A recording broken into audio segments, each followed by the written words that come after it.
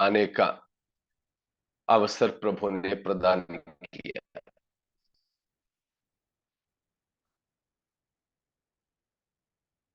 सनातन का परमेश्वर के मैं धन्यवाद और स्तुति करूंगा, पेश करता हूं।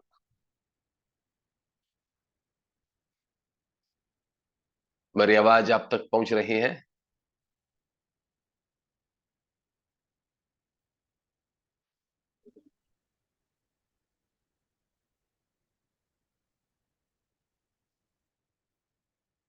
आवाज आ रही है आपके पास?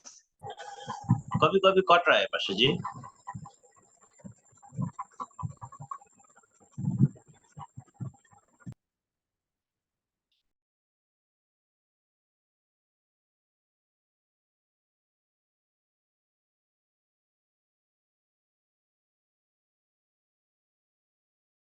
शुभ अवसर प्रभु ने अपना वचन के सामने बिताने के लिए हमें दी है। परमेश्वर को धन्यवाद देता हूं। प्रभु की नाम की महिमा और तारीफ हो।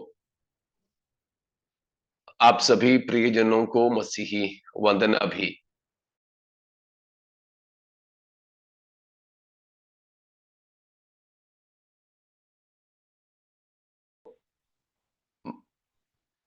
फिर से प्रभु का धन्यवाद हो। आप सबको मसीही वंदना भी। प्रकाशित वाक्य की पुस्तक हम लोग अभी तीसरा अध्याय में है, जो लौदीकी कलीसिया के बारे में हम सीख रहे हैं। उसमें हमने देखा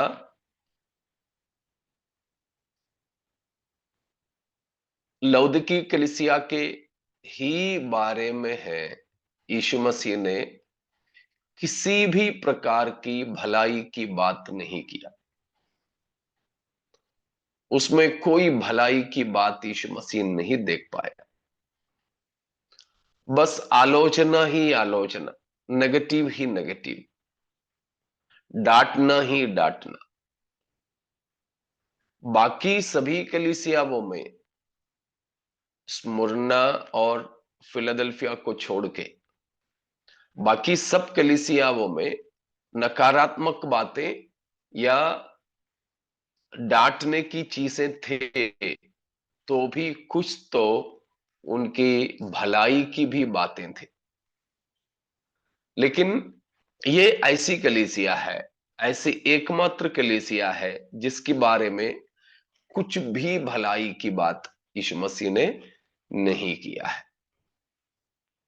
और बाकी 6 कलीसियाओं से भी आर्थिक तौर पर बड़े ऊंचे पर है लौदीकी कलीसिया।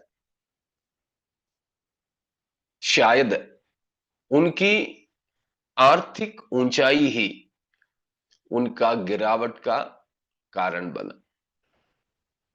कई बार हम यही देखते हैं, अभी भी जो परमेश्वर के लोग होते हैं उनमें यह पाया जाता है कि जब लोगों के पास कुछ नहीं था, यहां तक कि शायद खाने पीने का भी चीज नहीं होते थे, तब वे जितने भक्ति प्रभु के करते थे, कितने पवित्र जीवन वे बिताते थे, जितना प्रभु से प्रेम करते थे, उतना वे, जब परमेश्वर उन्हें आर्थिक तौर पर आशीष देने लगे, नहीं करते हैं।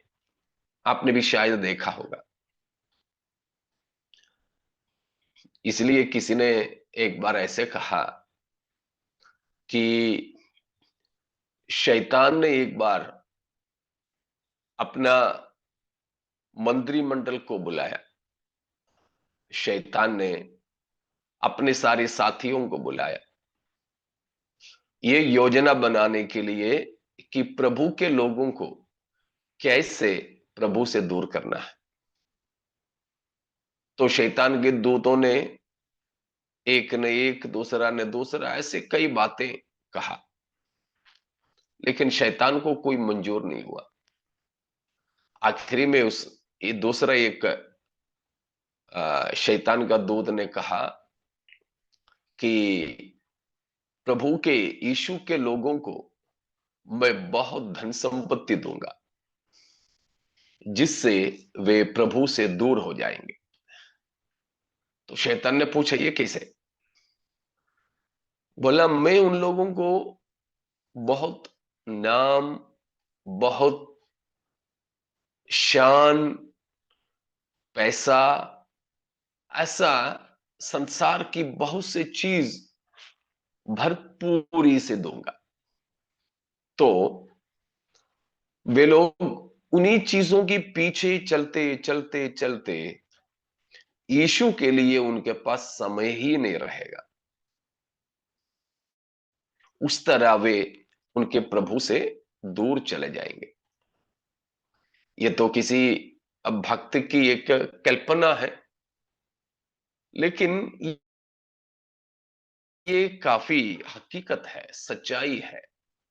जब कलीसिया के पास कुछ नहीं था, प्रभु के लोगों के पास आर्थिक तौर पर कुछ नहीं थी, लोग प्रभु प्रभु प्रभु पुकारते हुए परमेश्वर की इच्छा को पूरा करने के लिए लोलीन रहते थे।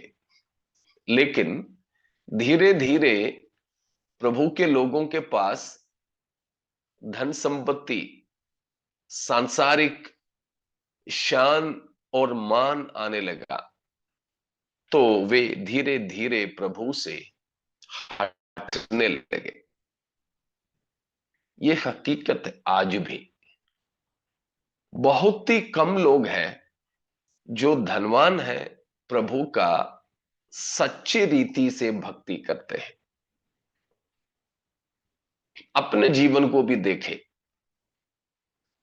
अपने जीवन की कष्ट मुसीबतों में हम प्रभु के पास ज्यादा रहते हैं, या अपने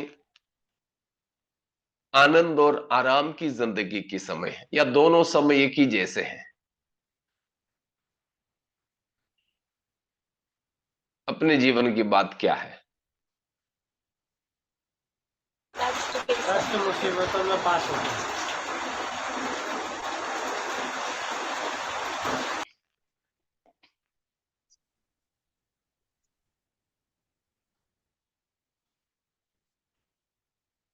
श्रेयस ब्रदर भी कुछ बोलने वाला था।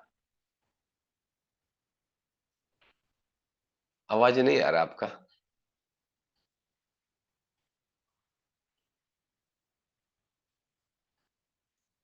नहीं आ रहा आवाज।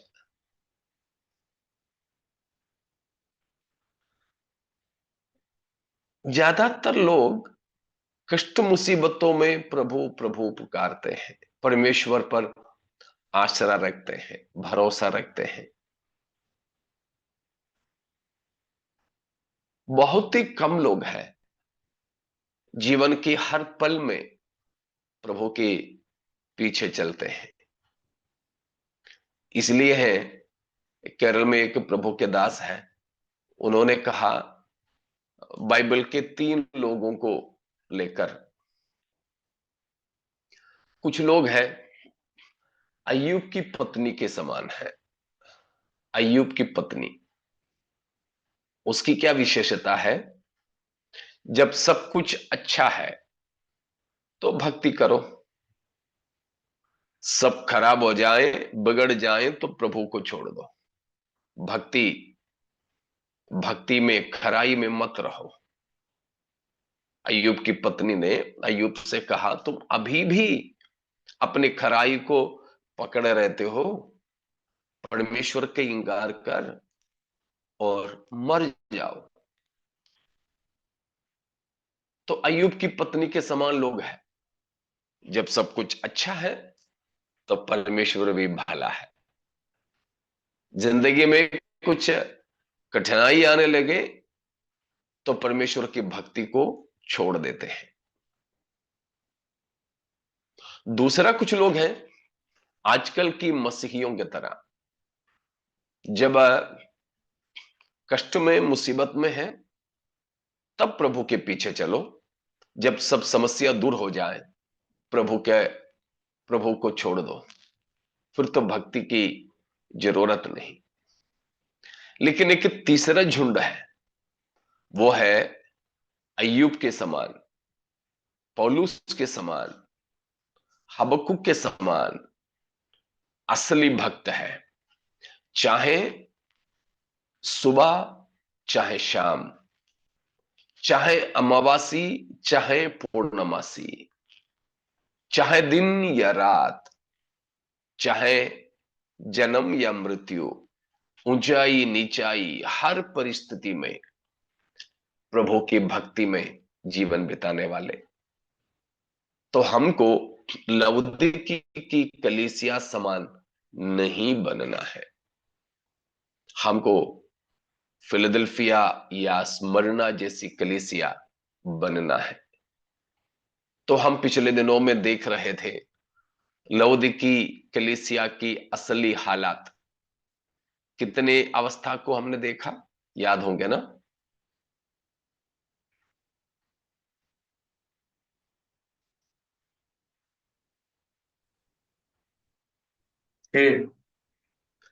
छह बातें।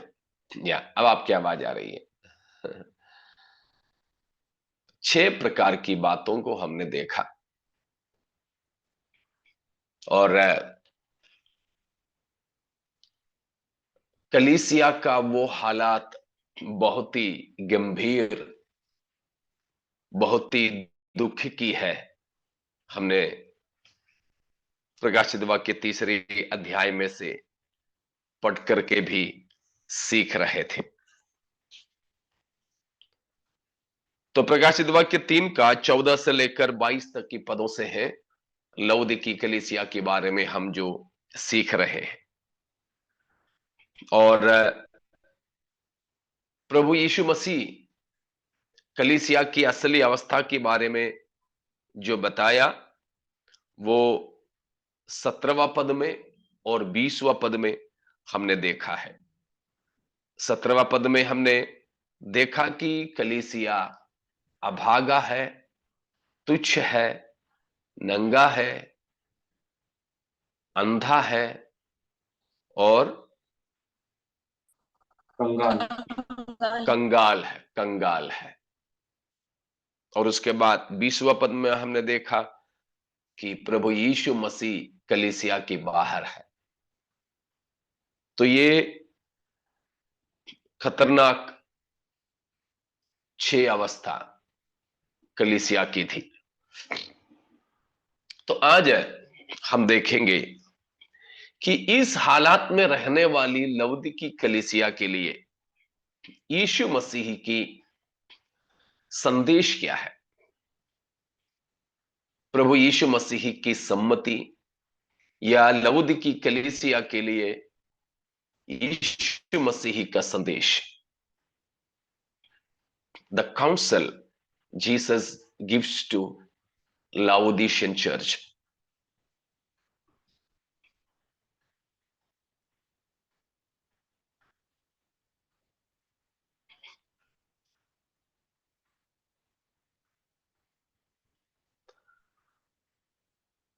अठारहवां पद को पढ़ेंगे। इसलिए मैं तुझे सम्मति देता हूँ कि आग में ताया हुआ सोना मुझसे मोल ले कि तू धनी हो जाए, और श्वेत वस्त्र ले कि पहनकर तुझे अपने नंगेपन की लज्जा न हो, और अपनी आंखों में लगाने के लिए सुरमा ले कि तू देखने लगे।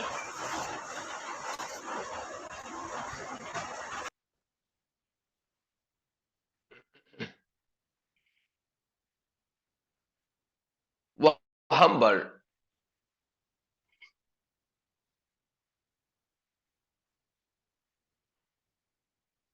या उसका 19वां पद भी पढ़ेंगे। मैं जिन जिन से प्रेम करता हूँ उन सबको उलाना और ताड़ना देता हूँ, इसलिए सरगर्म हो और मन फिरा। तो ये दोनों पदों में हम कितनी सम्मति यीशु मसीह का पाते हैं? आपने ध्यान दिया? यीशु मसीह ने 18 का शुरुआत में बोला, मैं तुम्हें सम्मति देता हूं। यीशु मसीह की सलाह, यीशु मसीह की सम्मति, यीशु मसीह का काउंसल। यीशु मसीह लवोदिकी कलीसिया को क्या संदेश दे रहे हैं, हम ये बात को देखते हैं।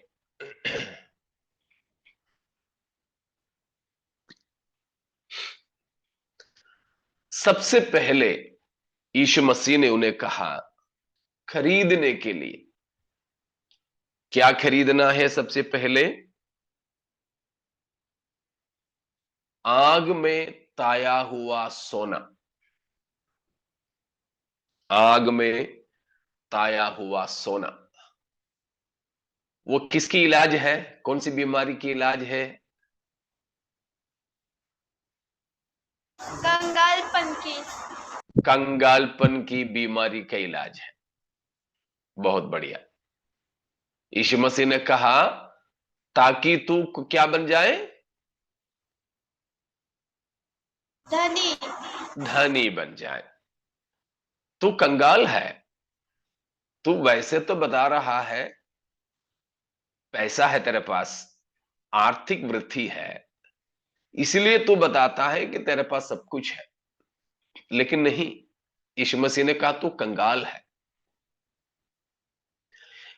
याद रखे, एक व्यक्ति को जो धनी बनाता है वो उसकी पैसा, नौकरी, पढ़ाई, ताकत, परिवार की खानदानी स्थिति, अपना सरनेम, ये कुछ भी नहीं। याद रखिएगा इस बात को। लेकिन वो है धनवान जो आत्मिक विषयों में धनी बन जाते हैं, आत्मिक बातों में धनवान बने। तो शारीरिक या भौतिक बातों में धनवान बने हुए काफी सारे लोग कलीसिया के अंदर भी कंगालपन में है। चलिएगा मेरे साथ लूक का 12 अध्याय, उसका 21वां पद।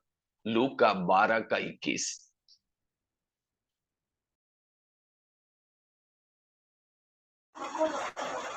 ऐसा ही वो मनुष्य ही है जो अपने लिए धन बटोरता है, परंतु परमेश्वर के दृष्टि में धनी नहीं। ईश्वरीय विषयों में धनी नहीं है। ईश्वरीय विषयों में, परमेश्वर की दृष्टि में, हिंदी में दिया है परमेश्वर की दृष्टि में।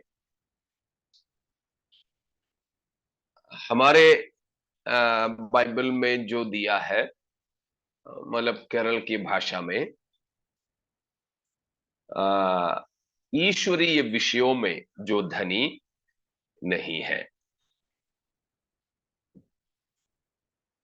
तो हमको धनी बनना चाहिए परमेश्वर की दृष्टि में या फिर ईश्वरीय बातों में। लिखा है, so it is with the one who continues to lay up and hold possessions for himself and is not rich in his relation to God. परमेश्वर के हमारे रिश्ते में हमें धनी बनना चाहिए। पैसे में वे धनी थे, लेकिन यीशु मसीह ने बोला तू कंगाल है। इसीलिए प्रभु यीशु मसीह का पहला सम्मति है, तू मुझसे सोना मोल ले ले। मोल ले, ठीक है।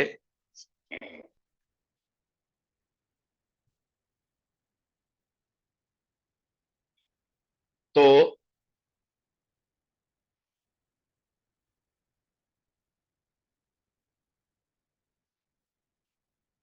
विवरण मैं बाद में देता हूं। यहां पर पहली बात, पहली सम्मति, सोना, वो भी कैसा सोना? आग में हाँ ताया हुआ सोना मुझसे मोल ले ले। दूसरी बात 18वां पद में फिर बताया है कि मुझसे श्वेत वस्त्र को भी मोल ले ले। श्वेत वस्त्र को मोल ले ले, वो किस बीमारी की इलाज है? नंगापन। नंगापन, कलीसिया की नंगापन की इलाज है।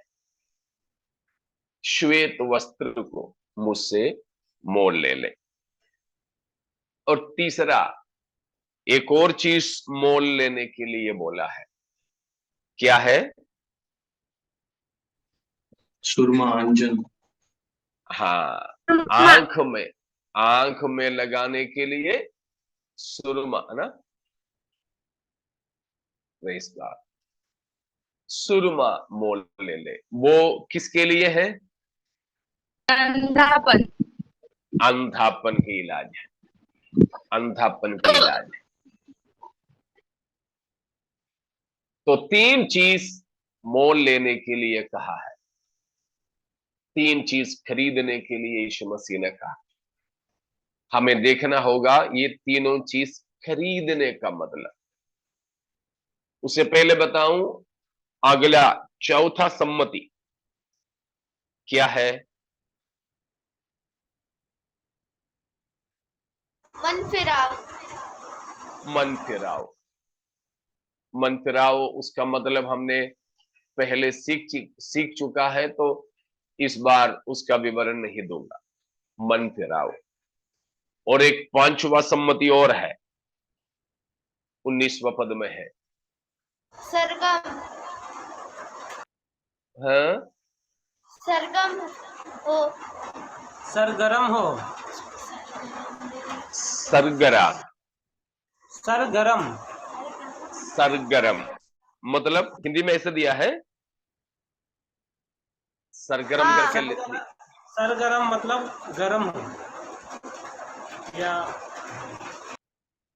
आस्था बाळग। हाँ जी, आस्था बाळग मराठी में। हाँ। मतलब उसका क्या है?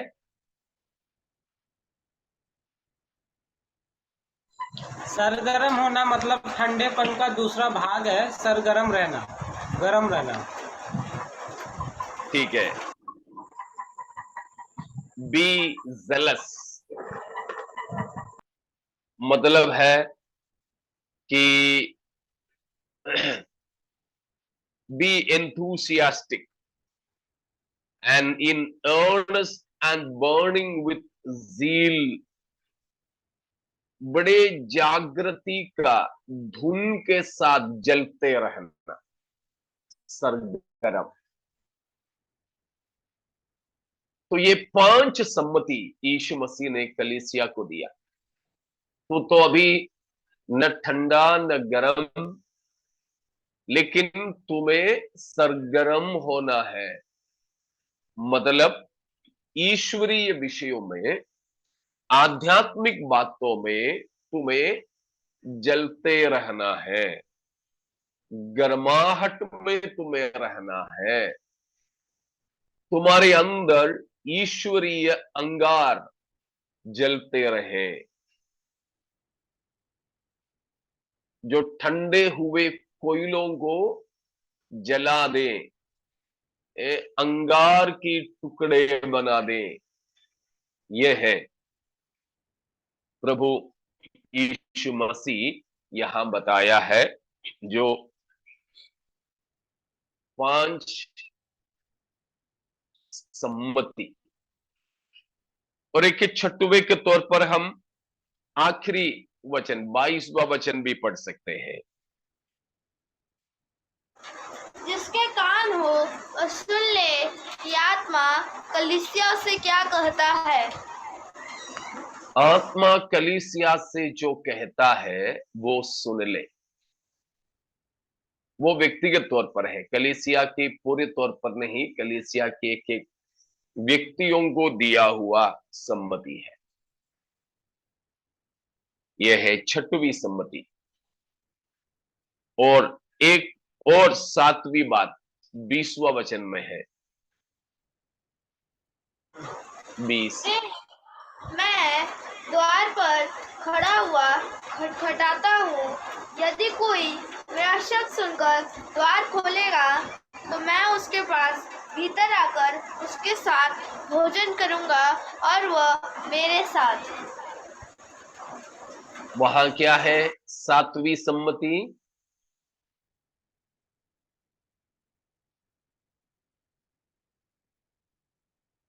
द्वार खोलना, द्वार खोलना। द्वार खोलना किसके लिए? यीशु मसीह के लिए। यीशु मसीह के लिए। अर्थात बाहर खड़ा हुआ यीशु को अंदर लाना, अंदर लाना। तो इस प्रकार 7 तरह की सम्मति, सलाह, निर्देश, आज्ञा या संदेश प्रभु यीशु मसीह ने कलीसिया को दिया। एक और बार मैं बोलूं। पहला, आग में, हाँ, आया हुआ सोना। सोना को खरीद ले ताकि तू धनी बन जाए। दूसरा, श्वेत वस्त्र, वस्त्र को खरीद ले ताकि तेरा नंगापन ढक जाए। हाँ। तीसरा, सुरमा, आंख में लगाने के लिए सुरमा खरीदो ताकि तू देख सके, अंधापन दूर हो जाए। चौथी बात, मन फिराओ, मन फिराओ। पांचवा, सरगर्म, सरगर्म बनो, ईश्वरीय धुन से जलते रहो। और छठवा, कान हो वह सुन ले, पवित्र आत्मा की आवाज को सुन ले, या प्रभु की वाणी की ओर कान लगा ले, या ध्यान से प्रभु की आवाज को सुन ले। और सातवीं है,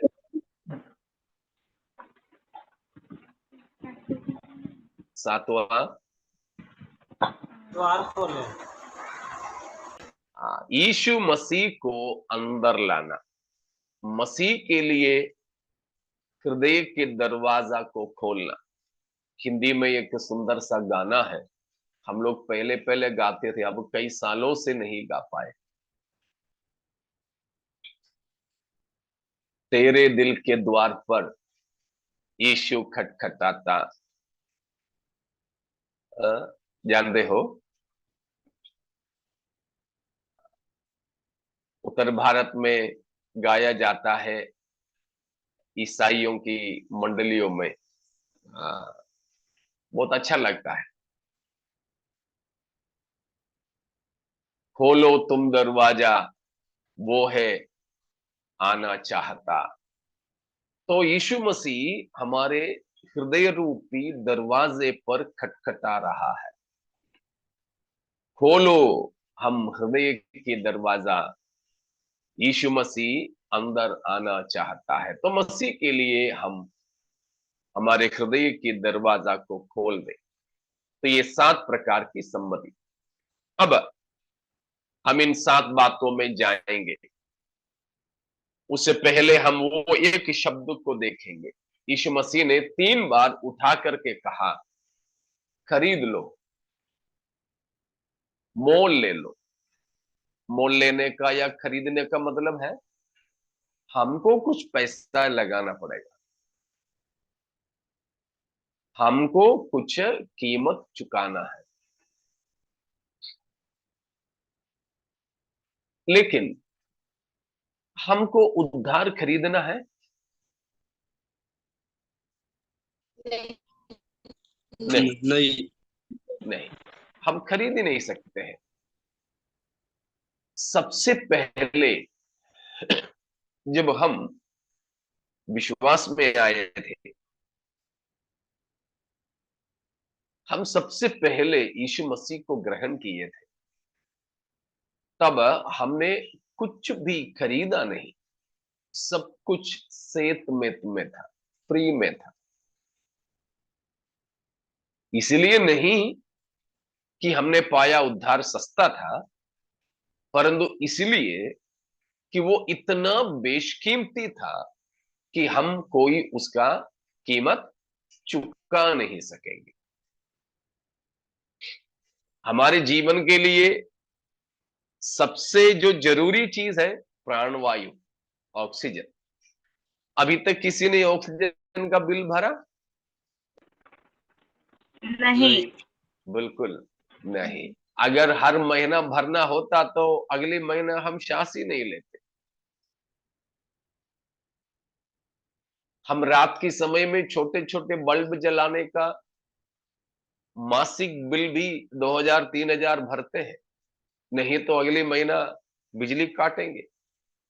लेकिन इतना बड़ा सूरज का ज्योति कितने सालों से लगातार कम से कम 12 घंटे तो अपन इस्तेमाल कर ही लेते हैं, लेकिन कभी हमने बिल नहीं भरा।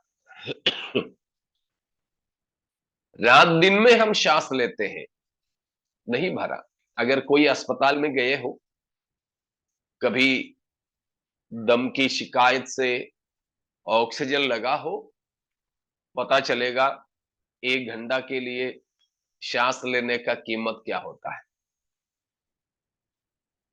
तो हमको अगर फ्री में मिला हुआ प्राणवायु का कीमत चुकाना होता, बिल भरना होता, तो बिल्कुल भी हम सांस नहीं ले पाते। तो वो हमें प्रभु ने सृजनहारा ने सृष्टि में फ्री में दिया है, मुफ्त में दिया है, सेतमेत में दिया। इसलिए नहीं कि उसका कीमत नहीं हो, लेकिन वो बेशकीमती है और उसका कीमत चुकाया नहीं जा सकता है। इसी प्रकार हमको उद्धार जो मिला है, हमको धार्मिकता जो मिला है, वो सेतमेत में है, फ्री में है। रोमियो 3:24 को पढ़िए। रोमियो 3:24।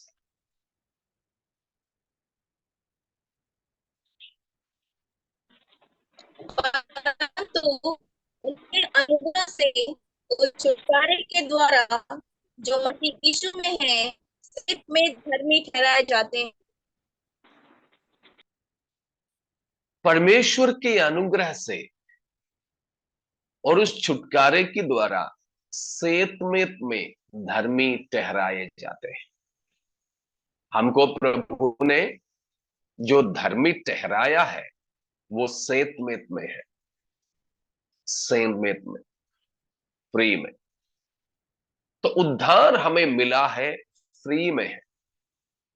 परमेश्वर का पुत्रत्व का अधिकार हमें मिला है, फ्री में मिला है। पापों की क्षमा हमें मिली है, फ्री में मिला है। लेकिन यहां प्रभु यीशु मसीह बता रहे हैं कलीसिया से कि तू अब धनी हो ना हो, नंगापन दूर करना हो, अंधापन दूर करना हो, तो मुझसे खरीद ले। मतलब हमें कुछ कीमत चुकाने के लिए मसीह यहां पर कहते हैं। ठीक है।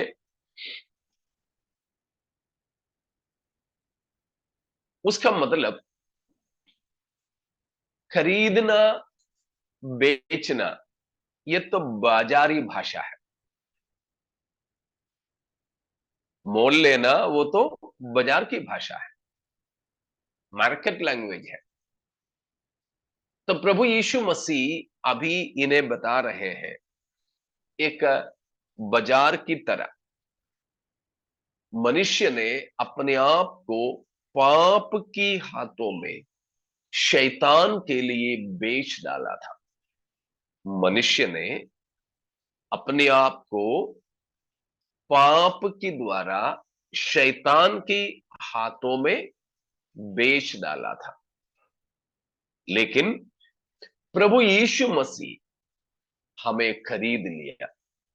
प्रभु यीशु मसीह हमें खरीद लिया। यीशु मसीह जब हमें खरीदा तो किससे खरीदा मसीह ने हमें? यीशु मसीह के पवित्र लहू से।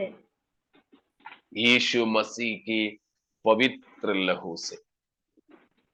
तो वो यीशु मसीह की लहू का कई विशेषता है। तो प्रभु यीशु मसीह की पवित्र लहू से, निष्कलंक निष्पाप लहू से मसीह ने हमें खरीदा।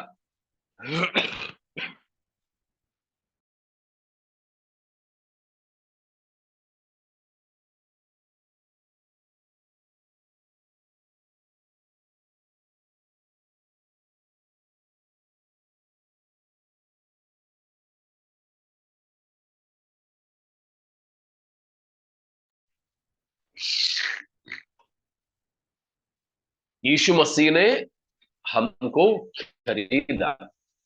समझ में आ रहा है ना?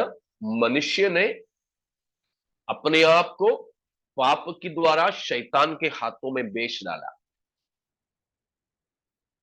लेकिन प्रभु यीशु मसीह हमें खरीदा अपने बहुमूल्य, अपने निष्पाप निष्कलंक लहू से।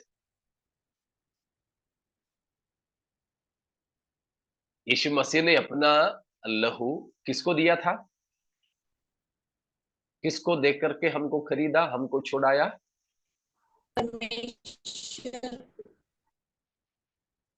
परमेश्वर को या शैतान को? परमेश्वर। किसी को शक नहीं है ना?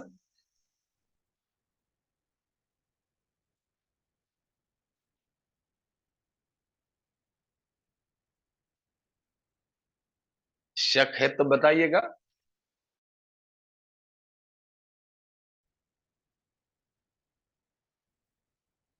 उसमें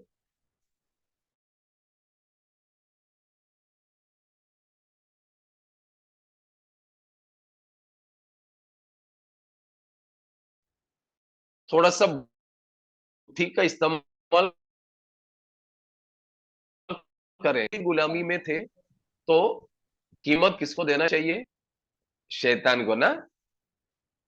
लेकिन यीशु मसीह ने अपना बहुमूल्य लहू हमारी छुड़ौती के लिए, या उसके लिए दूसरे का नाम या शब्द बोल सकते हैं, दाम, हमारे छुटकारे का दाम यीशु मसीह ने क्या शैतान को दिया है?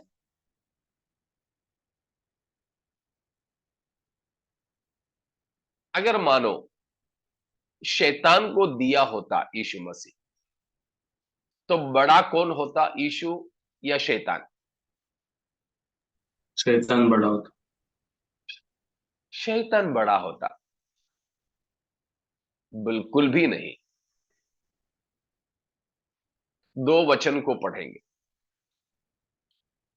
इफिसियों 5 का दूसरा पद। एक जन उस वचन को पढ़िए, दूसरा कोई पढ़ेंगे इब्रानियों 9 का 13वां वचन। दो लोग पढ़ेंगे। और प्रेम में चलो जैसे मसीह ने भी तुमसे प्रेम किया और हमारे लिए अपने आप को सुखदायक सुगंध के लिए परमेश्वर के आगे भेंट करके बलिदान कर दिया। क्योंकि किसके आगे? किसको भेंट कर दिया?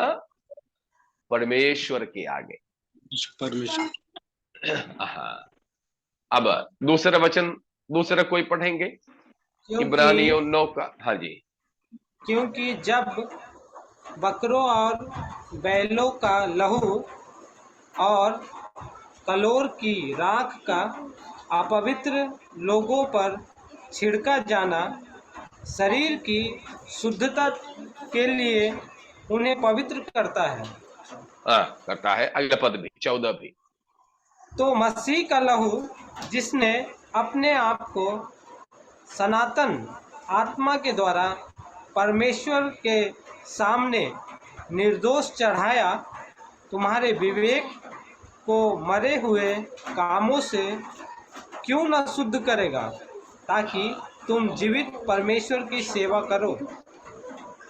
इन दोनों वचनों में यीशु मसीह अपने आप को किसके सामने भेंट चढ़ाया? यीशु की लहू हमारे छुड़ौती का दाम के तौर पर किसको दे दिया गया, ये साफ करके बताया है। इब्रानियों 9 का 14वीं वचन में हमने देखा कि सनातन आत्मा के द्वारा यानी पवित्र आत्मा के द्वारा प्रभु यीशु मसीह अपने आप को निष्कलंक होकर परमेश्वर पिता के सामने हमारे लिए चढ़ाया। वही बात इफिसियों 5 का 2 में भी हमने पढ़ा। तो यीशु अपने आप को अपना बहुमूल्य परम पवित्र निर्दोष लहू को पिता परमेश्वर के सामने हमारे लिए चढ़ाकर हमें क्या कर दिया? गुलामी से छुड़ा दिया। उसके लिए हमको कोई लगत नहीं, हमको उसके लिए कुछ भी खर्चा नहीं हुआ। इसीलिए बोलते हैं सेत में फ्री में पूरा कीमत मसीह ने चुकाया। हमें फ्री है तो भी मसीह के लिए वो फ्री नहीं है। अपना जान का कीमत में मसीह ने वो हमारे लिए खरीदा है। ठीक है, इतना समझ में आ गया ना? अब यीशु मसीह लवुदिकी कलीसिया से बता रहे हैं कि तुम खरीद लो। मतलब क्या है? प्रभु यीशु ने क्रूस पर हमारे लिए फ्री में उद्धार का मार्ग खोला, मुफ्त में। लेकिन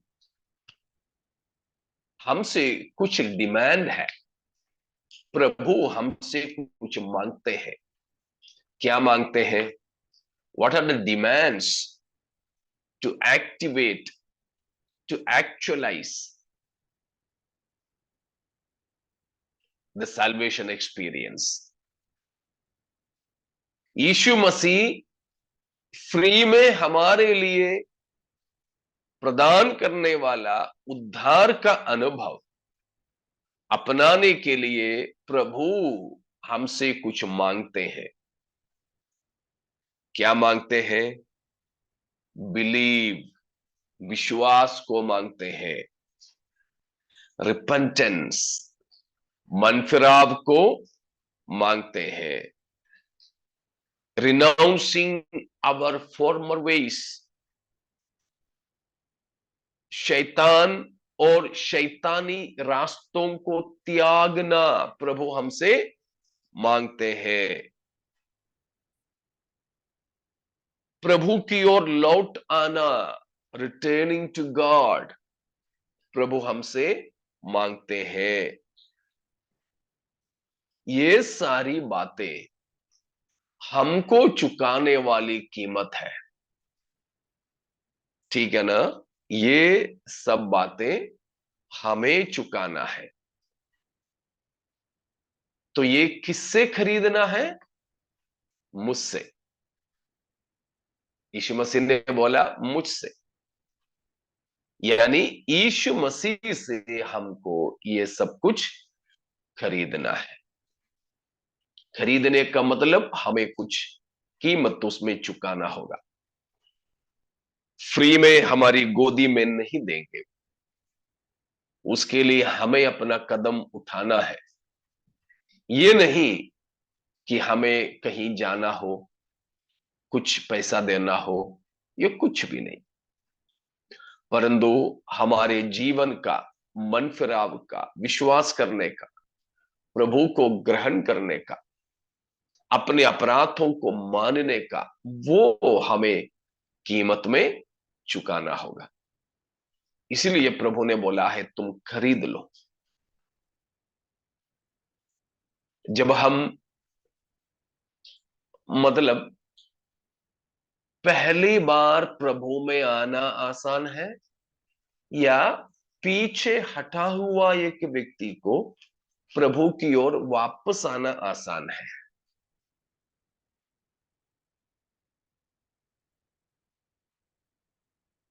पहली बार। पहले बार आएंगे। पहली बार एक पापी को मन फिराना आसान है, लेकिन जो पीछे हटा है, प्रभु से दूर हुआ है, वो व्यक्ति वापस प्रभु के पास आना बहुत कठिन है। वो है यहां बताया हुआ बात, तुम्हें उसके लिए खरीदारी करना होगा। उसके लिए एक शुरू में एक पापी मन फिराते समय उसको कुछ भी खर्चा नहीं, सीधे मरा हुआ एक आदमी जीवनदाता के हाथों में बस गिर जाना होता है। लेकिन जो प्रभु से जानबूझ करके वापस गया, प्रभु से जानबूझ करके दूर चला गया, उसको लौट आना जरूरी है। लौट आना जरूरी है। जो उड़ा पुत्र ने जो किया है वो काफी कठिनाई की बात है, काफी कठिनाई की बात है। तो वो है यहां पर जो बताया है तुम खरीद लो। ठीक है, इतना समझ में आ गए? कोई शक है इतने में? जी पास्टर जी, वो लौट आने पे जैसे लिखा है कि जिसने मसीह का प्रेम चखा है, आत्मा का स्वाद चख चुका है, उसे वापस आना अनहोना है करके, तो उस विषय में इस पे कैसे तालमेल करता है? दो प्रकार के पिछलापन है। एक सैद्धांतिक पिछलापन, उपदेश की विषय में गलत शिक्षा में लोग चले जाते हैं, और दूसरा जिंदगी में पिछलापन, व्यावहारिक पिछलापन, यानी उपदेश तब भी सही है, अपना विश्वास तब भी सही है, लेकिन वो अपवित्रताई में, पापमय जीवन में फंस जाता है। ये दो दो प्रकार की पिछलापन है। उसमें उपदेश में या सिद्धांतों में या विश्वास में पीछे हट जाता है। विश्वास से, सच्ची खरी शिक्षा से पीछे हट जाते हैं। ऐसों को प्रभु के पास वापस लाना अनहोना है। वो ना की बराबर है, क्योंकि मैंने अभी विश्वास किया पिता पुत्र पवित्र आत्मा त्रिएक परमेश्वर पर। मैं त्रिएक परमेश्वर को छोड़कर यीशु नाम या यहोवा विटनेस ऐसे किसी गलत शिक्षा में चला जाओ तो सही खरी उपदेश में वापस मुझे लाना मुश्किल है। ऐसे लोग वापस आना नहीं, वो है इब्रानियों 6 में और इब्रानियों 10 में लिखा, आपने जो बताया, जो उपदेश में, खरी शिक्षा में, विश्वास में, सिद्धांतों में पीछे हट जाते हैं, ऐसों का वापस आना नामुमकिन है।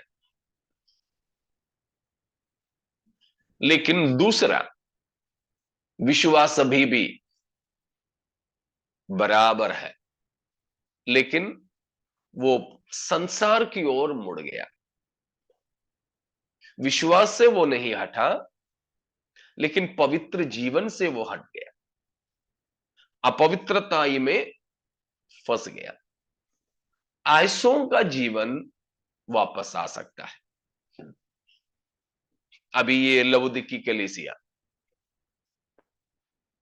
या तियातीरा की कलीसिया, वहां एक इजबेल नाम की औरत के बारे में हमने पढ़ा। इन सबको भी यीशु मसीह ने क्या आज्ञा दिया? मन फिरा, मन फिरा। तो यहां यीशु मसीह जो बता रहे हैं वो उनकी पवित्रताई की जीवन में आई खामियां है। विश्वास या उपदेश में उन लोगों को अभी भी कोई गलती नहीं है। ये दो है उसका फर्क। समझ में आ गया वो? ठीक है, और कुछ?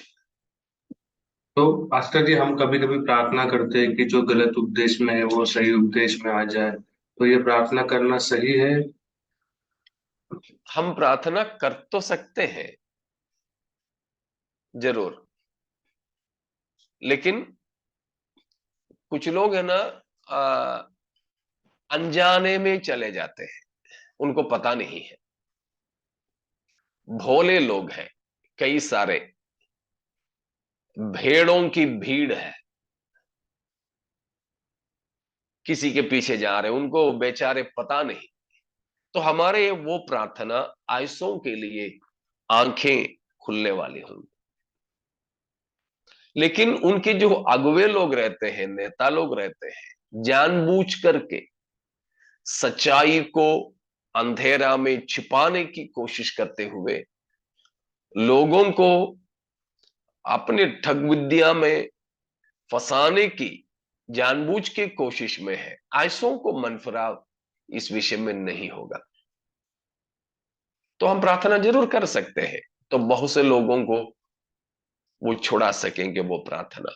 क्योंकि सब लोग जो गलत शिक्षा में जाते हैं, ये गलत शिक्षा है या ऐसे जान करके नहीं है, बस उनको शायद वो ही सुनने को मिला है, बाकी कुछ उन्हें मालूम ही नहीं हुआ, तो बस उसी के पीछे जा रहे हैं। इसलिए हम जरूर वो प्रार्थना कर सकते हैं, दिक्कत नहीं उसमें।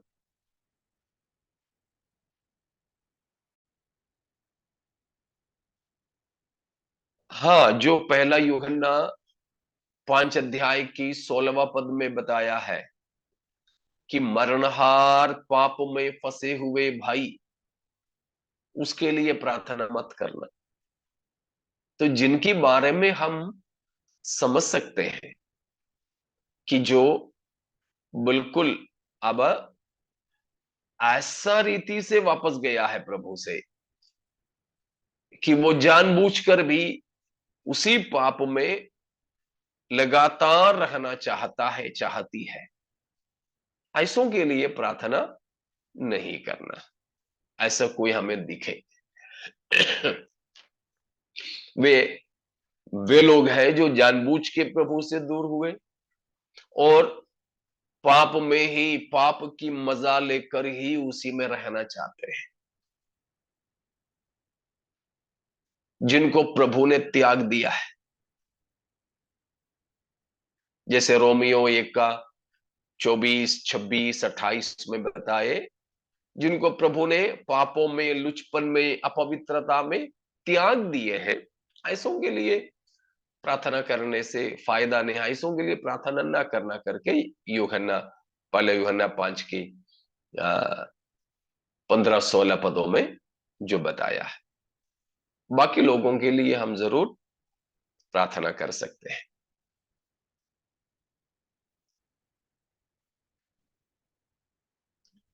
ठीक है, इस विषय में और कुछ? पास्टर अंकल, तो थियातीरा की कलीसिया में भी लोग बिलाम की शिक्षा को मानते थे, तो परमेश्वर ने उनको मन फिराने को क्यों कहा? बिलाम की शिक्षा जो है पर यीशु मसीह को त्यागने की शिक्षा नहीं है। बिलाम की शिक्षा यह था कि मूर्ति पूजा करने की, यीशु को त्यागने की बात नहीं हुआ है। तो जो सैद्धांतिक तौर पर या डॉक्ट्रिनल या विश्वास के तौर पर पीछे हटने की बात है, वो यीशु मसीह के व्यक्तित्व को त्यागना। यीशु परमेश्वर का पुत्र नहीं है। यीशु मनुष्य होकर पैदा नहीं हुआ है, या यीशु मसीह की परमेश्वरत्व को और यीशु मसीह की संपूर्ण मनुष्यत्व का भी इंकार करने वाले लोग, बिलाम की शिक्षा में वो चीज नहीं आता है। बिलाम की शिक्षा में बस यह है कि मूर्ति पूजा कर सकते हो, मूर्तियों के सामने चढ़ाए हुए वस्तु खा सकते हो, और विश्वासी और अविश्वासी के बीच में शादी कर सकते हो। यह सब है बिलाम की शिक्षा। ठीक है बेटा, आगे समझ में? Yes pastor uncle. ओके।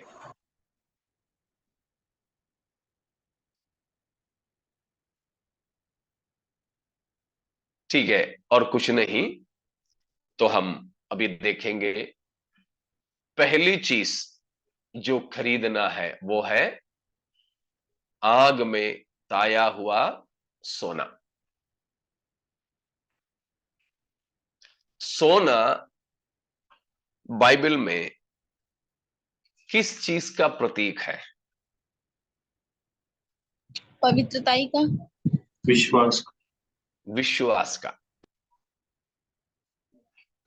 सोना विश्वास का प्रतीक में खड़ा है। पहला पत्रस 1:7। पहला पत्रस 1:7। और यह इसीलिए है कि तुम्हारा परखा हुआ विश्वास, जो आग से ताए हुए नाशमान सोने से भी कई अधिक बहुमूल्य है, यीशु मसीह के प्रकट होने पर प्रशंसा और महिमा और आदर का कारण है। यहां सोना विश्वास की प्रतीक में है। तो आग में ताई हुई सोना, खरी विश्वास।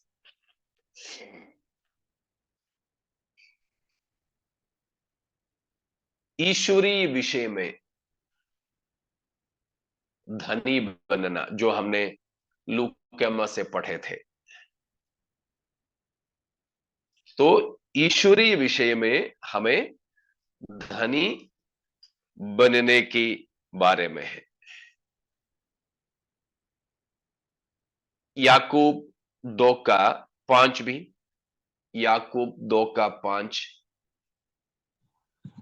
हे मेरे प्रिय भाइयों, सुनो, क्या परमेश्वर ने इस जगत के कंगालों को नहीं चुना कि विश्वास में धनी और उस राज्य के अधिकारी हो जिसकी प्रतिज्ञा उसने उनसे की है जो उससे प्रेम रखते हैं। संसार के कंगाल है, आर्थिक तौर पर लोग कंगाल है।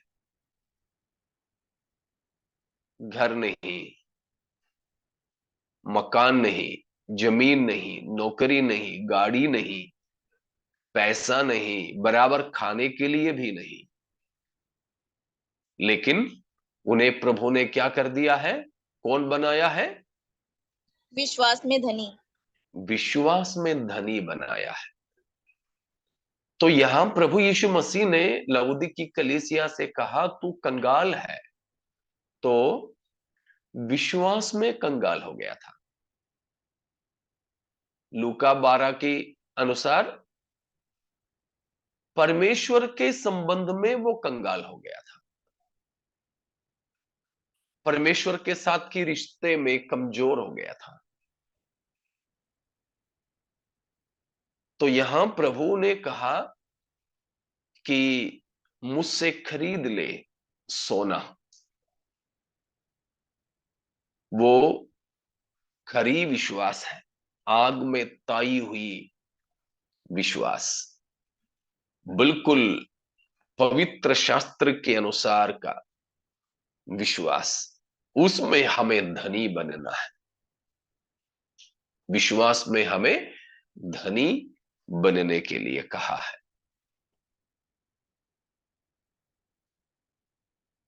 ठीक है।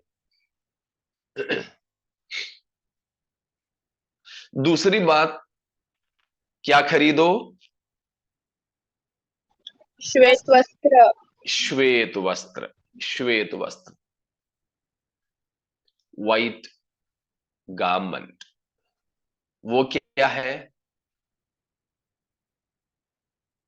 पवित्र जीवन। धार्मिकता और पवित्रता, राइचियसनेस। क्योंकि जब हम पाप करते हैं तो हमारे धार्मिकता का वस्त्र नष्ट हो जाता है।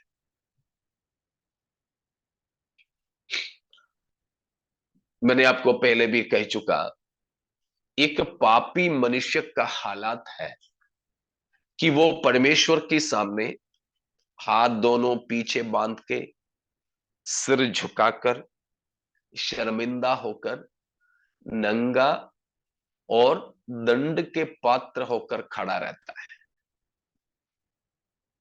उसके पास में कुछ भी धार्मिकता की बात नहीं है। जब उसके पास में कोई धार्मिकता की बात नहीं, तो वो नंगा है। उस नंगापन को ढकना धार्मिकता, प्रभु की धार्मिकता को अपनाना है,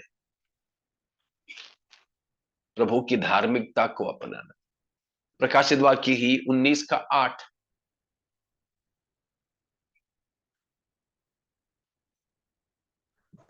उसको शुद्ध और चमकदार महीन मलमल पहनने का अधिकार दिया गया, क्योंकि उस महीन मलमल का अर्थ पवित्र लोगों के धर्म के काम है।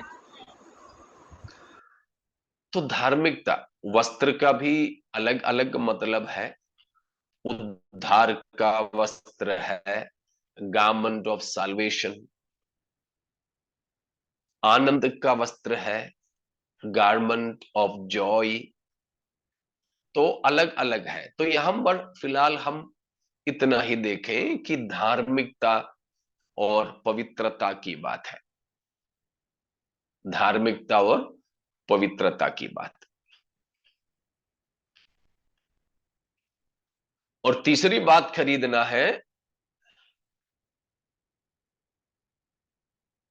आंखों में लगाने के लिए सुरमा। ये सुन करके कल कोई काजल लेके आंख में मत लगाना कोई। तो ये आंखों में वैसे लगाने वाली काजल के बारे में नहीं बता रहा है, परंतु अंदरूनी आंखों को खोलने के लिए हमको क्या चाहिए?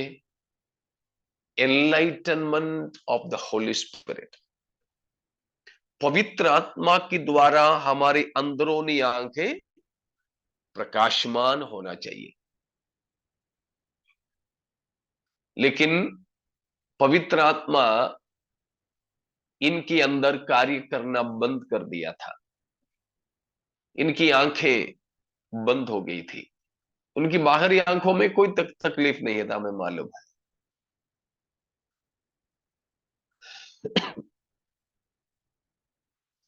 तो ये तीनों चीजें लौदीकिया में होती थी।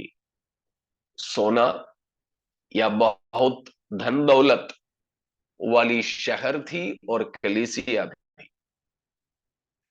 हमने पहले सीखा वहां काली काली ऊन की कपड़ा बहुत ही मशहूर थे।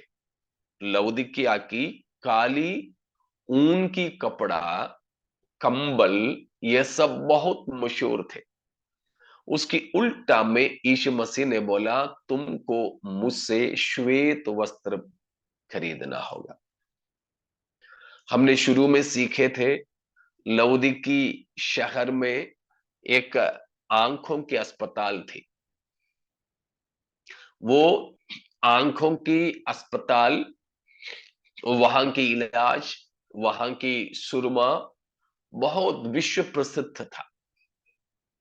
यीशु मसीह यहां बता रहा है, तुम तो सारी दुनिया की आंखों की इलाज करते हो, लेकिन मुझसे सुरमा खरीदो ताकि तुम्हारी आंख दिखने लगे।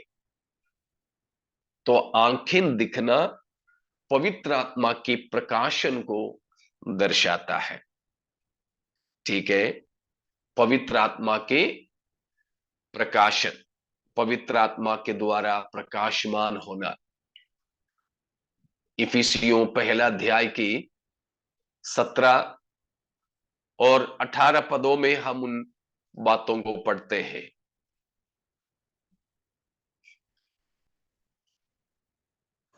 कि हमारे प्रभु यीशु मसीह का परमेश्वर जो महिमा का पिता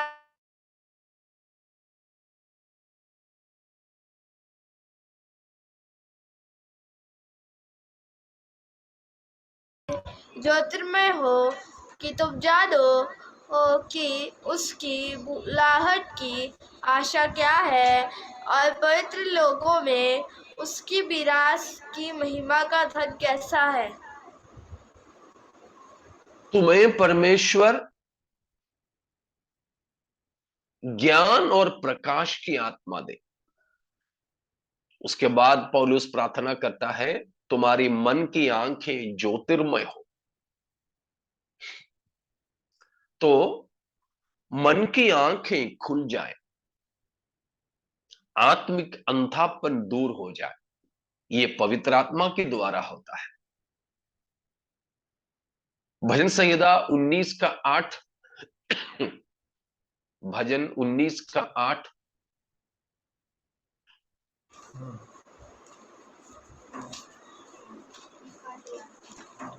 यहोवा का उपदेश सिद्ध है, हृदय को आनंदित कर देते हैं। यहोवा की आज्ञा निर्मल है, वह आंखों में ज्योति ले आती है। परमेश्वर की आज्ञा या परमेश्वर की सच्चे वचन भी क्या कर देता है? आंखों में ज्योति लाता है। एक और वचन पहला यूहन्ना 2 का 27, पहला यूहन्ना 2 का 27। परंतु तुम्हारा वह अभिषेक जो उसकी ओर से किया गया तुम में बना रहता है, और तुम्हें इसका प्रयोजन नहीं कि कोई तुम्हें सिखाए, वरन जैसा वह अभिषेक जो उसकी ओर से किया गया है तुम्हें सब बातें सिखाता है, और यह सच्चा है और झूठा नहीं, और जैसा उसने तुम्हें सिखाया है वैसा ही तुम उसमें बने रहते हो। इधर भी पवित्र आत्मा के ही बारे में है। परम पवित्र से हमने पाया हुआ अभिषेक अर्थात पवित्र आत्मा हम में बना रहता है। इसीलिए दूसरा कोई हमें बाहर से सिखाने के जरूरत नहीं है। वचन की सच्चाई और हमारे व्यक्तिगत जीवन की असली अवस्था, इस हम में रहने वाला पवित्र आत्मा ही हमें दिखाते रहेंगे। तो पवित्र आत्मा को हम प्राप्त करें, पवित्र आत्मा को हमें अंदर बसने दें। यह है प्रभु ने जो कहा है। तो ये तीन चीजें, धार्मिकता के वस्त्र से नंगापन को ढकना, विश्वास की सोने से कंगालपन को दूर करना, विश्वास में धनी बनना, और पवित्र आत्मा और वचन की प्रकाश से अंधापन को दूर करना। ये तीन सलाह या सम्मति लौदीकी कलीसिया के लिए प्रभु यीशु ने दिया है। इतने में कोई शक है तो पूछिएगा।